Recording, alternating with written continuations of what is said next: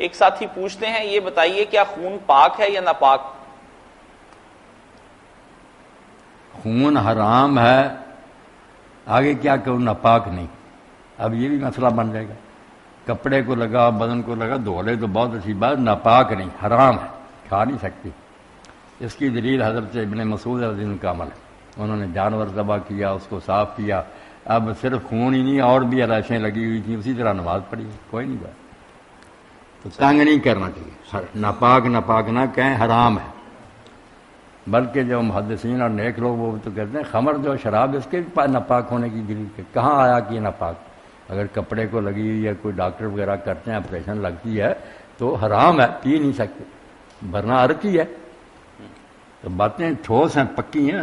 پھر یہ نئی ہوتی نا ظاہر اور نجس اور کیٹیگری ہے کہ یہ ناپاک ہے، یہ پاک، اس سے کپڑا دھونا پڑتا بدن. ایک ہوتا کہ حرام حلال، کھا نہیں سکتے اس کو.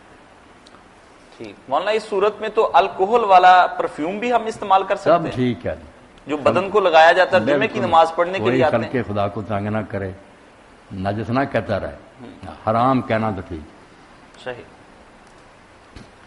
یہ جانور بھی جو ہے نا کہتے ہیں کہ سب جانور پاک ہیں. کچھ لوگ تو حرام کوئی کہہ دیتے نا وہ سارے نہ، مگر کچھ حنفی حضرات کہتے ہیں خنزیر نہ پاک ہے، بس کتا بھی نہ نجس نہیں. مگر امام مالک سب سے زیادہ سچ ہے کہ ہر شاید جس میں اللہ نے جان پیدا کی وہ ناپاک نہیں ہو سکتی، وہ سب پاک ہیں. کپڑے کو لگے وغیرہ، کتے کا منہ کا لعاب ذرا تھوک وہ ہے، وہ بھی اس لیے نہیں کہ ناپاک ہیں. بہت لوگوں نے اس پر غور کیا امام مالک نے کہ خنزیر کے بارے میں یہ سختی نہیں آئی کہ وہ اگر کسی پانی میں منہ ڈال دے، کوئی نہیں آیا کہ 7 مرتبہ برتن دو اور 1 مرتبہ پھر 8ویں مرتبہ مٹی سے. کتے کے لیے ہے. تو کتا جو ہے نا اس میں ناپاک ہونے والی بات نہیں. جو ہلکا پن ہے نا کہ ہڑکاؤ ہو جائے اور وہ کاٹ لے تو پھر آدمی پاگل ہو جائے، یہ جراثیم اس میں بہت ہے. یہ خنزیر اور دوسرے جانوروں نہیں، اس لیے ڈر ہوتا ہے کہ وہ شاید ہلکا ہی ہونے والا ہو. صحیح.